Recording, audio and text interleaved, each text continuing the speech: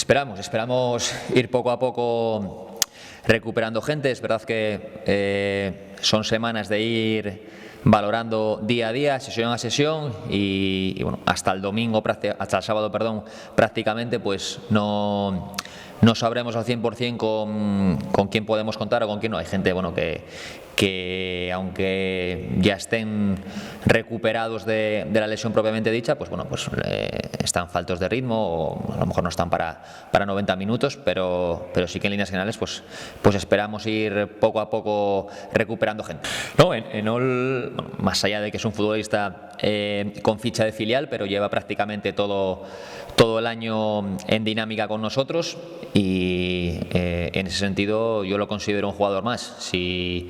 Si considerara que tiene que jugar de inicio, pues lo haría y no tendría ningún problema, como no tengo ninguno en poner a cualquier futbolista a la plantilla. Lo veo preparado, veo que la evolución y la progresión desde que ha empezado con nosotros, hay que tener en cuenta que es un futbolista que está dando sus primeros pasos como lateral en el fútbol. Es un perfil de futbolista extremo reconvertido en lateral, como se podría decir. Y repito, el otro día creo que sale por lesión de David, juega 70 minutos, 75 y lo hace francamente bien y es una opción más que barajamos ante las bajas que estamos teniendo en defensa.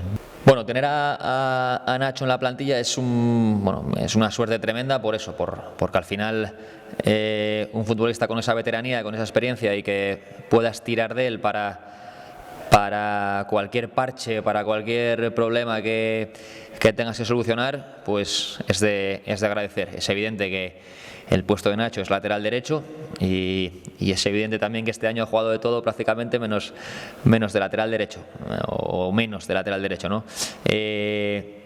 Todo lo que nos da Nacho es que pues con esa experiencia y con esa veteranía yo sé que va a rendir en cualquier puesto de la defensa, siendo consciente de que su puesto es el lateral derecho, pero cuento con él para poder jugar en cualquier posición de la línea defensiva, porque ya lo habéis visto, el otro día empieza el lateral izquierdo, acaba de central diestro y hace tanto la primera parte como la segunda pues un partido muy bueno. Yo creo, tengo una imagen, una opinión bastante dispara a la que puede tener la gente sobre el campo del Guijuelo. Yo creo que es un campo de dimensiones normales, no me parece un campo para nada pequeño.